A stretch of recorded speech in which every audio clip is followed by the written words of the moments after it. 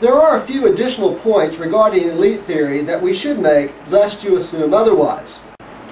Number one, there is competition among elites.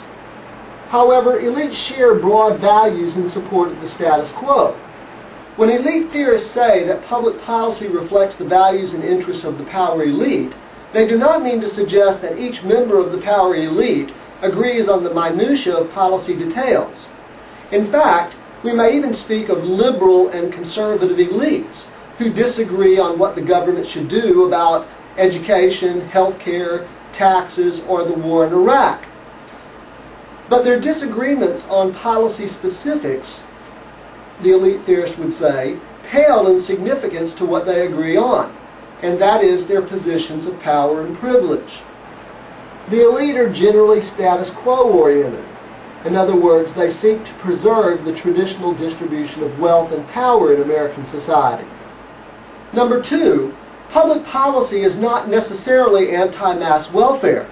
In other words, just because public policy serves the values and interests of the power elite does not mean that it is detrimental to the masses. Actually, there is some disagreement among elite theorists on this point. There are two broad strands of elite theory: mainstream elite theory and radical elite theory. Radical strands of elite theory, such as Marxism, contend that the values and interests of the power elite and the welfare of the masses are antithetical to one another. Karl Marx himself, the father of communist political theory, was an elite theorist. Marx explained that if you examine the history of Western civilization, you will find that the class that owns the wealth as a result possesses political power and uses that political power to oppress the other class. In medieval Europe, there were two classes: the landed aristocracy and the peasants. The less than 2% of the population that was aristocratic by birthright used its land-based wealth to obtain political power. The 98+% of the population that was peasant by birth had neither wealth nor political influence.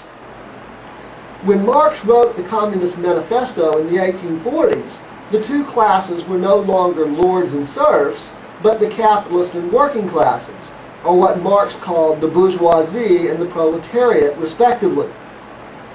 Land-based wealth had been supplanted by ownership of the means of production. In Marx's view, because the owners of capital, or factories, held the bulk of the wealth in European societies, they retained political power and used that political influence to oppress the working class.